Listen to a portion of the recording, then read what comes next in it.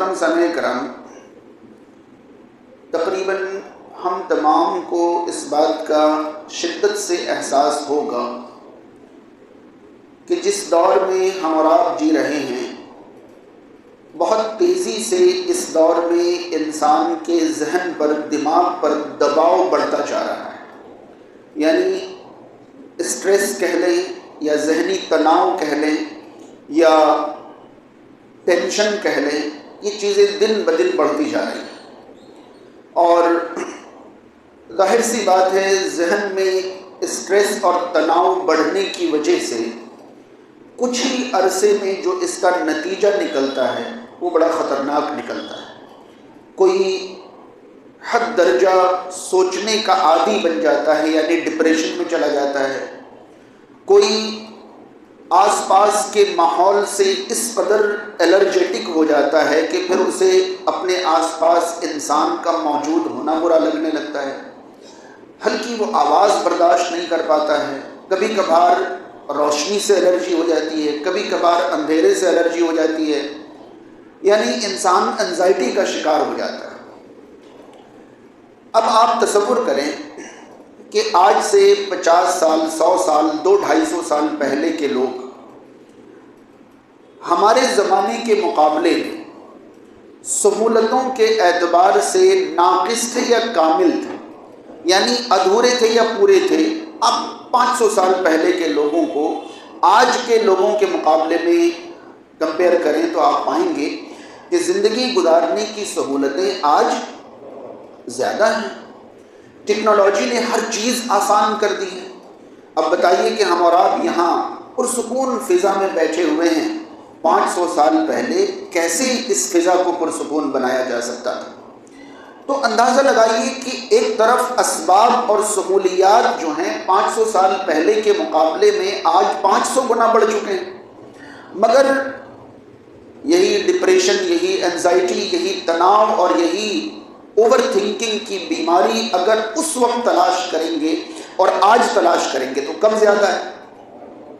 تو یہ حیران کرنے والی بات ہے یا نہیں؟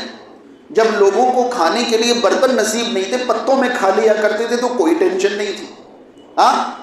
آج ہمیں رات کو پنکھوں میں نیند نہیں آ رہی ہے، وہ جب تک جاگتے تھے ہاتھ سے ہوا کر لیتے تھے اور کیسے پنکھا ہاتھ سے گر جاتا تھا اور سو جاتے تھے، انہیں کوئی ٹینشن نہیں تھی۔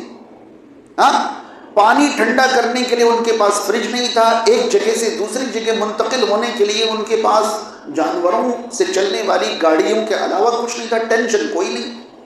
اور آج ساری سہولتیں موجود ہونے کے باوجود انسان اس قدر ٹینشن میں ہے، اس قدر ٹینشن میں ہے، ایسا لگتا ہے کہ ساری دنیا چلانے کی ذمہ داری ایک ایک انسان پر ڈال دی گئی۔ ہر شخص سے یہ کہہ دیا گیا ہے کہ دنیا کا نظام اب آپ کو ہی چلانا ہے۔ آخر ایسا کیوں ہے؟ کچھ تو بدلا ہوگا اس وقت سے اب میں، کچھ تو بدلا ہوگا جس کی وجہ سے ہمارے ذہن و دماغ میں یہ لوڈ بڑھ رہا ہے، یہ چیزیں بڑھ رہی ہیں۔ حاضرین، مجھے لگتا ہے کہ ذہنی سکون موجودہ دور کی سب سے اہم اور بڑی ضرورتوں میں سے ایک ہے۔ مجھے نہیں لگتا کہ صرف میری چند باتوں سے آپ کے ذہنوں کو سکون مل جائے، لیکن یہ اور اگلا خطبہ میں اس بات کی کوشش کروں گا کہ آپ کو وہ اسباب محسوس کرانے کی کوشش کروں کہ ہماری بے چینی کا اصل سبب کیا ہے۔ اس دور میں ہر جنریشن کے لوگ، ہر عمر کے لوگ ہر درجہ ٹریسڈ ہیں، اس کی وجہ کیا ہے یہ تو میں آپ کو ضرور محسوس کرانے کی کوشش کروں گا۔ پہلے ایک بات آپ ذہن میں رکھیں کہ یہ ذہن کا بدلاؤ جو ہے خود بخود نہیں ہوا ہے، بلکہ یہ ذہن کا بدلاؤ بہت ہی ترتیب سے کوشش کر کے کیا گیا ہے۔ یعنی یہ ذہن کی جو حالت ہے اس کو بڑی کوشش کے ساتھ بدلا گیا ہے۔ پہلے تو آپ یہ محسوس کرنے کی کوشش کریں کہ جب آپ سچ کو جھوٹ اور جھوٹ کو سچ سمجھنے کی، ماننے کی، کہنے کی زبردستی اپنے اندر عادت پیدا کر لیں تو آپ کا ذہن یقیناً بوجھ محسوس کرے گا، لوڈ محسوس کرے گا، پتہ نہیں میری اس بات کی گہرائی کو میں آپ تک پہنچا سکوں یا نہیں، مگر محسوس کریں۔ میں ایک مثال سے اپنی بات آسان کرنے کی کوشش کرتا ہوں۔ دو لوگ ایک چیز کی ملکیت کے لیے آپس میں لڑ رہے ہیں، کسی چیز کی ملکیت کے بارے میں دو لوگ آپس میں لڑ رہے ہیں۔ ایک کہہ رہا ہے کہ یہ چیز میری ہے اور دوسرا کہہ رہا ہے یہ چیز میری ہے، ٹھیک ہے؟ اب اندازہ لگائیے کہ کیا ان دونوں میں سے ایک کو اچھی طرح یہ معلوم نہیں ہے کہ وہ اپنی بات میں جھوٹا ہے معلوم یا نہیں؟ معلوم ہے۔ اب آپ اندازہ لگائیے کہ وہ جھوٹ کو سچ کہنے پر مجبور ہے، کیونکہ اس نے دعویٰ کیا ہے کہ یہ چیز میری ہے۔ اب وہ جانتے بوجھتے کہہ رہا ہے کہ یہ چیز میری ہے، جبکہ اس کا دل کہہ رہا ہے یہ چیز اس کی نہیں ہے۔ کیا آپ نے کبھی سوچا کہ ہمارے ذہن پر لوڈ بڑھنے کی سب سے پہلی وجہ دل اور دماغ میں تضاد ہے؟ غور کیا کبھی آپ نے؟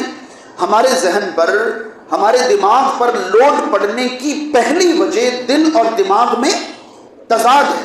یعنی آپ کا دل کہہ رہا ہے کہ یہ چیز آپ کی نہیں ہے، مگر آپ کا دماغ کہہ رہا ہے کہ ایسے کر کے یہ چیز آپ کی ہو سکتی ہے۔ بس آپ نے اپنے اندر ایک ایسی جنگ چھیڑ رکھی ہے کہ یہ جنگ آپ کو نہ سونے دے رہی ہے، نہ کھانے دے رہی ہے، اور نہ سکون دے رہی ہے۔ اندازہ لگائیے، شاید مجھے یاد نہیں ہے کہ میں نے خطبوں میں کبھی شعر شاعری سے سہارا لیا، وہ مجھے یاد نہیں، مگر آج مجھے ایک شعر یاد آ رہا ہے۔ سو جاتے ہیں فٹ پاتھ پر اخبار بچھا کر، سو جاتے ہیں فٹ پاتھ پر اخبار بچھا کر، مزدور کبھی نیند کی گولی نہیں کھاتے۔ بات سمجھ رہے ہیں؟ اب میں اسے دلیل کے طور پر نہیں استعمال کر رہا ہوں، مگر اندازہ لگائیے کہ نیند کی گولی اسے کھانی پڑ رہی ہے جس کے بیڈ روم میں اے سی لگی ہوئی ہے۔ نیند کی گولی اسے کھانی پڑ رہی ہے جو ڈاکٹر آرتھو کے گدے بچھائے ہوئے۔ نیند کی گولی اسے کھانی پڑ رہی ہے جن کے یہاں ساگوان کے بیڈ بنے ہوئے۔ نیند کی گولی انہیں کھانی پڑ رہی ہے جن کی دیواریں بھی ساؤنڈ پروف ہیں۔ پھر بھی یعنی کہ ایک انسان کو میڈیکلی پوچھا جائے کہ پرسکون نیند کے لیے کیا چاہیے، تو جو کچھ چاہیے سب کچھ اس نے انتظام کر رکھا ہے، مگر نیند پھر بھی نہیں آ رہی ہے۔ کیوں؟ میرا جواب یہ ہے کہ اس شخص نے یہاں جنگ چھیڑ رکھی ہے، اس کے ساتھ نیند کیسے آ جائے گی؟ بات سمجھ رہے ہیں؟ یہاں کی جنگ اگر نہیں ختم، مزدور کس سے جنگ کرے گا؟ کیا ہی جنگ کرے؟ کبھی دیکھا ہے آپ نے کہ دن بھر دہاڑی کرنے والا رات کو تاج محل پہ دعوت ٹھونک دے کہ نہیں یہ میرے باپ کا ہے؟ ہاں بھائی، وہ کسی کی باؤنڈری پہ دعویٰ نہیں ٹھونک سکتا، وہ تاج محل پہ کیسے دعوت ٹھونک دے گا؟ میری بات سمجھ پا رہے ہیں؟ یہ صرف ایک سوچ کی بات بتا رہا ہوں۔ ممکن ہے کہ ہزار چیزیں اس طرح کی میرے ذہن میں ہو اور میں آپ تک نہیں پہنچا سکوں، لیکن میں آپ کے اندر کی کچھ جنگیں آپ تک پہنچانا چاہتا ہوں۔ سب سے پہلی چیز، آج کے دور میں آپ جو نہیں ہیں وہ دکھنا چاہتے ہیں، اور یہ اتنی بڑی جنگ ہے کہ صبح سے شام تک، دن سے رات تک، ہر وقت آپ اس جنگ میں مبتلا ہیں کہ کہیں کسی کو یہ نہیں پتا چل جائے کہ آپ ہیں کیا۔ لگے ہوئے ہیں خود بخود ایک جنگ میں۔ بات سمجھ میں آ رہی ہے نہیں آ رہی؟ بھائی آپ کو کس نے اس جنگ میں مبتلا کیا تھا؟ کس نے؟ اگر آپ کہیں جا رہے ہیں تو اوپر سے نیچے تک ہر وقت ٹینشن میں کہ کہیں میرے کپڑے سے کوئی مجھے غریب نہ سمجھ لے، کہیں میرے جوتے سے کوئی مجھے پھٹا حال نہیں سمجھ لے، کہیں میرے چشمے سے کوئی گواہی نہ نکل جائے، کہیں میرا موبائل کچھ بیان نہ دے دے۔ آپ نے اندر جو جنگ چھیڑ رکھی ہے، آپ کا دل اور آپ کا دماغ ایک دوسرے سے متفق نہیں ہے، تو آپ کے دماغ پر لوڈ کیوں نہیں رہے گا، اور یہ لوڈ کیسے ختم ہو جائے گا اگر آپ نے خود ہی جنگ چھیڑ رکھی؟ بات سمجھ رہے ہیں؟ اس کے بعد اندازہ لگائیے کہ آپ نیچے سے لے کر اوپر تک جائیں تو آپ پائیں گے کہ کہیں لباس کی جنگ ہے، کہیں خوبصورتی کی، کہیں عہدہ اور منصب کی، کہیں بڑا ہونے کی، کہیں عمدہ ہونے کی، کہیں کسی چیز کی، کہیں کسی۔ ہمیں کسی نے جنگ میں نہیں دھکیل رکھا ہے، ہم نے خود اپنے اندر ایک جنگ چھیڑ رکھی ہے۔ بات سمجھ میں آ رہی ہے؟ اب بتائیے کہ آج سے 500 سال پہلے کی بات میں نے کہی تھی، نہیں جاتے اتنی دور۔ ہمارے والد کی عمر کے لوگوں کی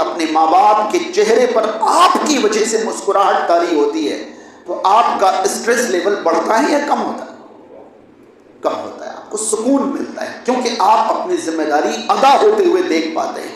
آپ جس ارادے سے باہر نکلے تھے آپ واپس آتے ہیں تو آپ پاتے ہیں کہ وہ ارادہ اب مکمل ہو رہا ہے، اس ارادے پر آپ کھڑے اتر رہے ہیں. تو ہو سکتا ہے دنیا کو لگے کہ اس سے آپ کا اسٹریس بڑھنا چاہیے مگر آپ کا نہیں بڑھتا ہے. ایسے ہی بے شمار چیزیں ایسی ہیں جس سے دنیا والوں کو لگتا ہے کہ اس سے اسٹریس کم ہونا چاہیے مگر کم نہیں ہوتا ہے. حاضرین کرام، موجودہ دور کی سب سے بڑی غلط فہمی اور بھول یہ ہے کہ ہم جو ہیں وہ نہیں ہیں. ہمیں اچھی طرح سے پتہ ہے ہم کیا ہیں مگر ہم دنیا کو اپنے آپ سے روبرو نہیں کرانا چاہتے. ہر وقت ہم اپنے آپ کو وہ بنا کر پیش کرنا چاہتے ہیں جو ہم نہیں ہیں. پھر موجودہ دور میں ان کے اسباب اتنے بڑھ گئے ہیں کہ ان اسباب کی وجہ سے ہمارے معاملات اور آگے بڑھ گئے ہیں. آئیے، مجھے اس بات کا اندازہ ہے کہ شاید میں سبب تو آپ کو سمجھا لے گیا کہ موجودہ دور میں اسٹریس بڑھنے کی وجہ کیا ہے. سمجھ میں آ گئی بات نا؟ یعنی آسان لفظوں میں کہیں تو دل اور دماغ کا جنگ، دل اور دماغ کی لڑائی جو ہے یہ اسٹریس بڑھنے کی وجہ ہے. اور دل اور دماغ لڑ اس لیے رہے ہیں کیونکہ ہم غلط چیزوں کو صحیح کہنے پر تلے ہوئے ہیں. غلط چیزوں کو صحیح کہنے پر، یعنی جو میں نہیں ہوں میں اپنے آپ کو وہ کہنے پر تلا ہوں. جو چیز میری نہیں ہے میں اسے اپنی کہنے پر تلا ہوا ہوں. جو چیز صحیح نہیں ہے میں اسے صحیح کہنے پر تلا ہوا ہوں. اور جو چیز غلط ہے میں اسے غلط نہیں کہنے پر تلا ہوا ہوں، اسے صحیح ثابت کرنے پر تلا ہوا ہوں. یہ ساری چیزیں میرے دماغ اور دل کے درمیان نا اتفاقی پیدا کر رہی ہے، اختلاف پیدا کر رہا ہے اور یہ اختلاف ہمیں حد درجہ متاثر کر رہا ہے. پھر صحت پر اثر اس کا ہو رہا ہے، پھر اس کا معاشرے پر اثر ہو رہا ہے. حد درجہ معاشرہ تباہ ہو رہا ہے، برباد ہو رہا ہے مگر اب بھی کسی کو احساس نہیں ہے. اب بھی لگتا یہ ہے کہ اسٹریس ہے، گولیاں کھا لو، دوائیاں لے لو، علاج کرا لو. حاضرین کرام، یہ علاج والی بیماری نہیں ہے. اس طرح کی بیماریوں کا علاج نہیں ہوتا ہے. اس طرح کی بیماریوں کے لیے انسان کو بیدار ہونا پڑتا ہے، چوکنا ہونا پڑتا ہے. آپ حقیقت پسند بن جائیں، آپ نسلوں سے یہ بیماری پھر سے دور کر سکتے ہیں. آئیے قرآن مجید کی روشنی میں یا رسول کریم صلی اللہ علیہ وسلم کی احادیث کی روشنی میں ہم اگر یہ سوچیں کہ ہمیں پرسکون زندگی جینا ہے، ہمیں ٹینشن نہیں چاہیے، ہمیں اسٹریس نہیں چاہیے، ہمیں اینزائٹی نہیں چاہیے، دباؤ ذہنی نہیں چاہیے، یہ سب چیزیں ہم نہیں چاہتے ہیں، ہمیں پرسکون زندگی گزارنی ہے تو کیا کرنا چاہیے؟ قرآن و سنت کی روشنی میں اگر ہم اصول بنائیں تو شروعات ہم یہاں سے کریں گے کہ ایمان ذہن و دماغ کو سکون دینے کا پہلا ذریعہ ہے. ایمان ذہن و دماغ کو سکون دینے کا پہلا ذریعہ ہے. یاد رہے، جو شخص اللہ پر ایمان رکھتا ہے اور حقیقت میں مضبوط اور خالص ایمان رکھتا ہے وہ کبھی بھی اسٹریس اور کبھی بھی انزائٹی وغیرہ کا شکار نہیں ہو سکتا. وجہ کیا ہے؟ وجہ یہ ہے کہ ایمان رکھنے والا بندہ ہر معاملے میں، ہر قدم پر، ہر موڑ پر اللہ تعالیٰ کو اپنا رہنما سمجھتا ہے، اللہ تعالیٰ کو اپنا خالق اور مالک سمجھتا ہے، سب کچھ سمجھتا ہے. اندازہ لگائیے کہ خالص ایمان والا بندہ کبھی اسٹریس میں نہیں آ سکتا. اس کی ایک مثال میں آپ کو دے رہا ہوں. یہ بتائیے، آپ نے 2.5 سال، 3 سال، 4 سال، 5 سال کے بچوں کو کبھی گال پر ہاتھ رکھ کر سوچتے ہوئے دیکھا ہے کبھی کہ وہ بڑی گہری سوچ میں بیٹھے ہوئے ہوں؟ دیکھا کبھی نہیں. کیوں نہیں سوچتے ہیں وہ؟ کیونکہ وہ نا کسی پر ایمان لائے ہوئے ہوتے ہیں. وہ بچے، چھوٹے بچے کسی پر، میری بات سمجھ میں تو آ رہی ہے نا، کس پر ایمان لائے ہوئے ہوتے ہیں بتائیے؟ ماں باپ پر. اتنا تو ہم اور آپ سمجھ پا رہے ہیں کہ ایک بچہ جو 2 سال، 3 سال، 4 سال، 5 سال کا بچہ ہے، 10 سال کا بچہ ہے، اس کو بس اتنا ایمان ہے، کیونکہ ایمان کا معنی یقین ہوتا ہے. ایمان کا معنی اس کو یقین ہے کہ اگر مجھے بھوک لگے گی تو یہ کھلائیں گے، یہی تو ایمان ہے. اگر مجھے پیاس لگے گی تو یہ پلائیں گے، اگر میرے کپڑے پھٹیں گے تو یہ لا کر دیں گے، اگر میرے جوتے پھٹیں گے یہ لا کر دیں گے، اگر میں بیمار پڑوں گا تو یہ علاج کرائیں گے، اگر مجھے گرمی لگے گی تو یہ ٹھنڈک پہنچائیں گے، ٹھنڈی لگے گی تو یہ گرمی پہنچائیں گے، اگر میں بھیگوں گا تو یہ سکھائیں گے.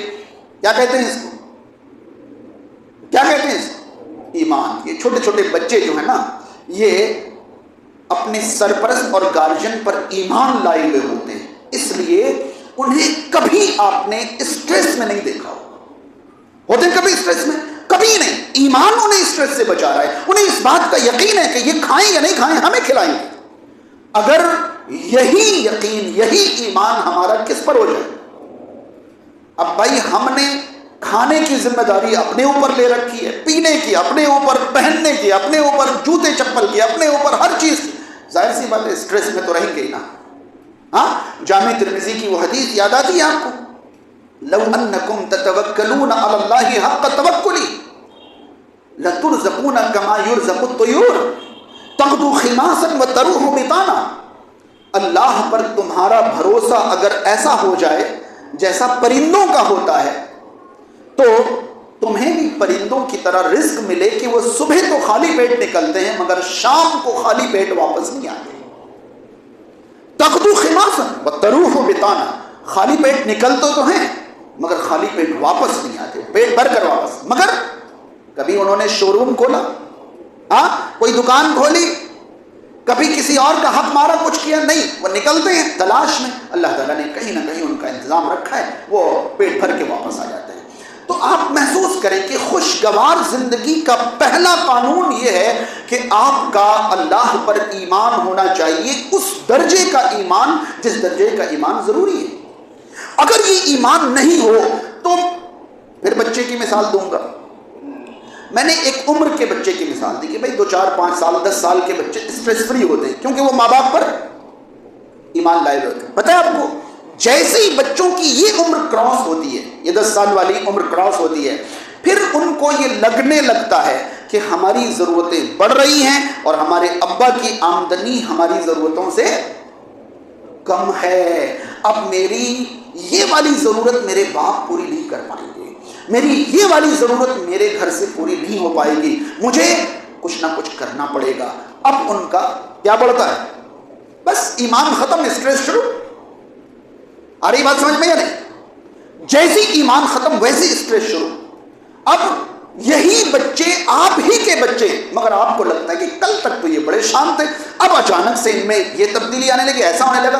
اب آپ پر ان کا ایمان کمزور ہوتا جا رہا ہے. اور ایمان انسان کو اسٹریس سے بچانے کا پہلا ذریعہ ہے. آپ کا دعویٰ یہ ہے کہ رب پر آپ کو ایمان ہے، مگر یقین مانیں جو آپ کے آؤٹ پٹ نکل کر آ رہے ہیں، جو آپ کے اعمال نکل کر آ رہے ہیں، وہ ایمان کے تقاضے بالکل نہیں، وہ ایمان نہ ہونے کے تقاضے ہیں. جو آؤٹ پٹ، ظاہر سی بات ہے جس کا یہ ایمان ہوگا کہ میرا رب مجھے کھلائے گا، وہ جھوٹ بول کر کسی کو دھوکہ دے کر آمدنی کرے گا نہیں، کیونکہ رب کھلائے گا. تو رب نے آپ کو جھوٹ بول کر کمانے کی اجازت کب دے دی؟ جب آپ کا ایمان نہیں ہے تبھی تو آپ جھوٹ بول کر کماتے ہو، اور جھوٹ بول کر کما کے گھر آتے ہو، شاندار نوالا کھاتے ہو. جیسے ہی آپ سکون کی جگہ پہنچتے ہو پھر دل آپ کو کیا کرتا ہے؟ بے چین کرتا ہے. تو بے چین تو دل آپ کو کرے گا نا. آپ امانت اور صداقت کے ساتھ نوالا کھائیے، یہ دل آپ کو کیوں بے چین کرے گا؟ کیسے یہ آپ کا اسٹریس بڑھا دے گا مجھے بتائیے؟ کیونکہ اسٹریس بڑھنے کا سبب تو یہ دل اور دماغ کے درمیان چھڑی ہوئی جنگ ہے. یہ لڑائی تو ہے جو آپ کے اسٹریس کو بڑھا رہی ہے. تو خوشگوار زندگی کا پہلا فارمولا یہ ہے کہ آپ کو اپنے خالق پر، اپنے مالک پر، اپنے رازق پر، اپنے مدبر پر ایسا ایمان ہونا چاہیے جیسا ایمان رب تعالی چاہتا ہے. آ رہی بات سمجھ میں؟ اور قرآن اور حدیث میں اس مفہوم کی آیتیں بھری پڑی ہیں. پھر جن لوگوں کا ایمان اس درجے کا تھا ان کی زندگی کی مثالیں بھری پڑی. مضبوط ایمان والوں کی زندگی میں نوالا نہیں بھی تھا تب بھی کیا تھا؟ سکون. اب آپ تو یہ چنتے ہو کہ کیا کھاؤں اور کیا نہ ہوں، اور ان کے لیے تو یہ تھا کہ کچھ مل جائے تو کھا لوں، اور آپ یہ طے کرتے ہو کہ کیا کھائیں اور کیا نہیں. تب بھی آپ کی زندگی میں سکون نہیں اور ان کی زندگی میں سکون تھا. وجہ یہ ہے کہ ان کو ایمان تھا. آپ کا ایمان شاید مزید پختگی مانگ رہا، آپ کے ایمان میں شاید اصلاح کی ضرورت ہے، بہتری کی ضرورت ہے. اس کے بعد آپ چلیں تو ایمان کے بعد اگلا جو فارمولا ہے کہ ہماری زندگی خوشگوار گزرے وہ تقویٰ ہے. کیا ہے؟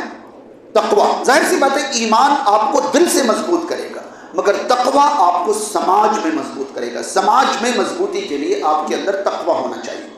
اب یہ تقویٰ کیا ہے؟ اگر آسان لفظوں میں کہیں تو اللہ تعالیٰ کے بتائے ہوئے راستے پر سب سے اعلیٰ درجے پر عمل کو تقویٰ کہتے ہیں. اللہ اور اس کے رسول صلی اللہ علیہ وسلم کے بتائے ہوئے راستے پر سب سے اعلیٰ درجے کے عمل کو تقویٰ کہتے ہیں. میں قرآن مجید کی کچھ آیتیں آپ تک پہنچانا چاہوں گا. سورہ آراف کی آیت نمبر 97 پڑھیں کبھی. آپ سوچیں گے کہ جس چیز کی تلاش میں ہم در بدر بھٹک رہے ہیں قرآن مجید نے بڑے آسان فارمولے ان چیزوں کے بتا رکھے ہیں. رب تعالیٰ نے فرمایا وَلَوْ أَنَّهُمْ آمَنُوا وَاتَّقَوْا لَفَتَحْنَا عَلَيْهِمْ بَرَكَاتٍ مِّنَ السَّمَاءِ وَالْأَرْضِ. یہ سورۃ الاعراف کی آیت نمبر 97. اللہ تعالیٰ نے فرمایا کہ اگر لوگ ایمان لائیں اور تقویٰ اختیار کریں. میں نے خوشگوار زندگی کے ابھی تک 2 ہی فارمولے بتائے. کیا اور کیا؟ ایمان اور تقویٰ. یہاں اللہ تعالیٰ نے یہی فرمایا وَلَوْ أَنَّهُمْ آمَنُوا وَاتَّقَوْا. اگر یہ لوگ ایمان لے آئیں اور تقویٰ اختیار کر لیں لَفَتَحْنَا عَلَيْهِمْ بَرَكَاتٍ مِّنَ السَّمَاءِ وَالْأَرْضِ. ہم ان پر آسمان اور زمین کی برکتیں کھول دیں. یہی تو چاہیے نا، یہی تو چاہیے نا، برکتیں چاہیے آسمان سے بھی زمین سے بھی. مفسرین نے بڑی تفسیریں لکھی ہیں ان الفاظ کے کہ آسمان کی برکتوں کا کیا مطلب اور زمین کی برکتوں کا کیا مطلب. اندازہ لگا سکتے ہیں کہ آپ اگر ایک کسان ہیں تو آپ کے لیے زمین کی برکت الگ ہے، اور اگر آپ ایک مائنز کے مالک ہیں تو آپ کے لیے زمین کی برکت الگ ہے. آپ جس لیول اور جس درجے کے ہیں آپ کے لیے زمین کی برکتیں الگ ہیں اور آسمان کی برکتیں الگ ہیں. آپ ایک بار ایمان اور تقویٰ اپنا کر دیکھیے، زمین و آسمان کی برکتیں کھولنا رب کا وعدہ ہے. قرآن مجید سورۃ النحل کی آیت نمبر 96 پڑھیے، آپ کو ملے گا. مجھے تھوڑا سا شک ہو رہا ہے کہ سورۃ الاعراف اور سورۃ النحل کی جو آیت اب میں پہنچانے جا رہا ہوں اس میں سے شاید سورہ آراف کی آیت نمبر 96 ہے اور نحل کی 97 ہے، یا اس کی 96 اور اس کی 97 ہے. یہ ذرا سا مجھے شک ہو رہا ہے. سورۃ النحل کی آیت نمبر 96 یا 97 ہے. آپ وہاں پڑھیں گے اللہ تعالیٰ نے فرمایا من عمل صالحا من ذکر او انثى وهو مؤمن. یاد رہے میں نے خوشگوار زندگی کے ابھی تک 2 اصول بتائے، ایمان اور تقویٰ. اب جو آیت پیش کر رہا ہوں اب اس کو سنیں کہ جو شخص حالت ایمان میں نیک عمل کرے گا، ظاہر سی بات ہے نیک عمل کرنے والے کو ہم کیا کہیں گے؟ تقویٰ والا کہیں گے، متقی کہیں گے. جو شخص حالت ایمان میں نیک عمل کرے گا، یعنی آسان لفظوں میں کہیں تو ایمان اور تقویٰ اپنائے گا. من ذکر او انثى، یہ ایمان اور نیک عمل کرنے والا یعنی ایمان اور تقویٰ والا چاہے مرد ہو چاہے عورت. اب اللہ تعالیٰ کا وعدہ ہے فَلَنُحْيِيَنَّهُ حَيَاةً طَيِّبَةً، ہم ضرور بضرور انہیں پاکیزہ زندگی عطا کریں.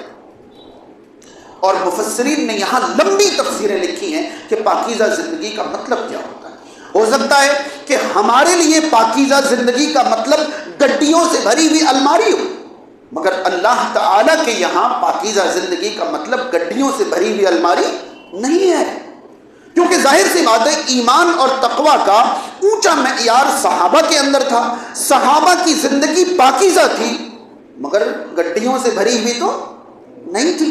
تو پاکیزہ زندگی کا کیا مطلب ہوتا ہے؟ اگر میں تمام تفسیروں کا خلاصہ پیش کروں کہ پاکیزہ زندگی کہتے کسے ہیں تو ایک لفظ میں پاکیزہ زندگی کا مطلب ٹینشن فری زندگی ہوگی. بات سمجھ میں آ رہی ہے؟ پاکیزہ زندگی کا مطلب ٹینشن فری، اسٹریس فری زندگی جو ہے وہ پاکیزہ زندگی ہے. تمام تفسیروں کا خلاصہ پیش کر رہا ہوں. آپ ایمان اور نیک عمل اختیار کریں چاہے مرد ہو یا عورت، اللہ تعالیٰ کی گارنٹی ہے کہ وہ آپ کی زندگی کو ٹینشن فری کر دے گا، اسٹریس فری کر دے گا، آپ کو طیبہ حیات عطا کرے گا، پاکیزہ زندگی عطا کرے گا. کہیں کسی کو یہ شک نہ ہو کہ ایمان اور عمل کے بدلے اگر زندگی خوشگوار ہو جائے تو کہیں ان چیزوں کا یہی بدلہ تو نہیں ہے. آگے اللہ تعالیٰ نے فرمایا وَلَنَجْزِيَنَّهُمْ أَجْرَهُمْ بِأَحْسَنِ مَا كَانُوا يَعْمَلُونَ، ارے ایمان و عمل کا یہ بدلہ، خوشگوار زندگی، یہ تو بونس ہے، اصل میں ان کے عمل کا اس سے بھی اچھا بدلہ تو ہم آخرت میں دیں گے۔ پریشان ہونے کی ضرورت نہیں ہے، آپ ایمان والا بنیے اور متقی بنیے۔ ایمان اور تقوی کی برکت سے آپ کی زندگی اسٹریس فری اور ٹینشن فری ہو جائے گی، مگر یہ ایمان و عمل کا بدلہ نہیں ہوگا، ایمان و عمل کا بدلہ تو آپ کو آخرت میں وَلَنَجْزِيَنَّهُمْ، اور ضرور بھی ضرور ہم انہیں بدلہ دیں گے، اجرہم، ان کے کاموں کا بدلہ، بِأَحْسَنِ مَا كَانُوا يَعْمَلُونَ، جو وہ کرتے تھے اس سے بھی اچھا کر کے، جیسا عمل کرتے تھے اس سے بھی بہترین کر کے ان کو بدلہ دیا جائے۔ قرآن مجید سورۃ الطلاق کی آیت نمبر 2، 3 اور 4 پڑھی، اللہ رب العالمین نے فرمایا وَمَن يَتَّقِ اللَّهَ يَجْعَل لَّهُ مَخْرَجًا وَيَرْزُقْهُ مِنْ حَيْثُ لَا يَحْتَسِبُ، جو لوگ تقوی اختیار کریں گے، خوشگوار زندگی چاہیے نا، رب تعالیٰ کی یہ گارنٹی ہے وَمَن يَتَّقِ اللَّهَ، جو اللہ کا تقوی اختیار کرے گا، يَجْعَل لَّهُ مَخْرَجًا، ہر مشکل سے نکلنے کا اللہ اس کے لیے راستہ بنا کے دے گا۔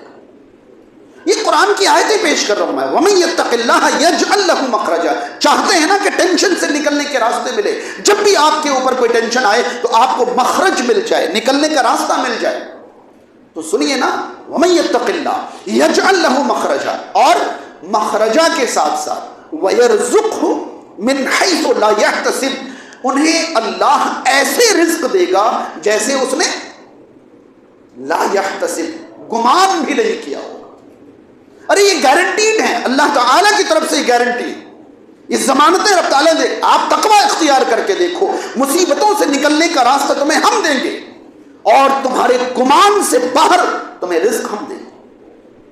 آگے اللہ تعالیٰ فرماتا ہے وَمَن يَتَوَكَّلْ عَلَى اللَّهِ جَعَلَ اللَّهُ من امرہ یسرا، جو شخص اللہ پر توکل کر لے، یہ توکل کا باب آگے آئے گا انشاءاللہ، یہاں تو میں اس میں جوڑ رہا ہوں کہ جو اللہ پر توکل کر لے اللہ تعالیٰ ان کے کاموں کو آسان کر دیتا ہے۔ بات سمجھ میں آ رہی ہے؟ آپ خوشگوار زندگی چاہتے ہیں مگر کوٹ کوٹ کر بے ایمانی بھری ہوئی ہے، کر لیجیے کوشش جتنی آپ سے ہو سکتی ہے۔ حاضرین کرام، سب سے زیادہ نیند کی کمی ان لوگوں کو ہے جس نے سب سے زیادہ لوگوں کے حقوق مار رکھے۔ بے ایمانی آپ کو سونے نہیں دے سکتی، آپ بے ایمانی کر کے سامراج کھڑی کر لیں مگر آپ کا سکون اس بے ایمانی کے ساتھ جو بہے گا، کہاں سے لائیں گے آپ کو سکون؟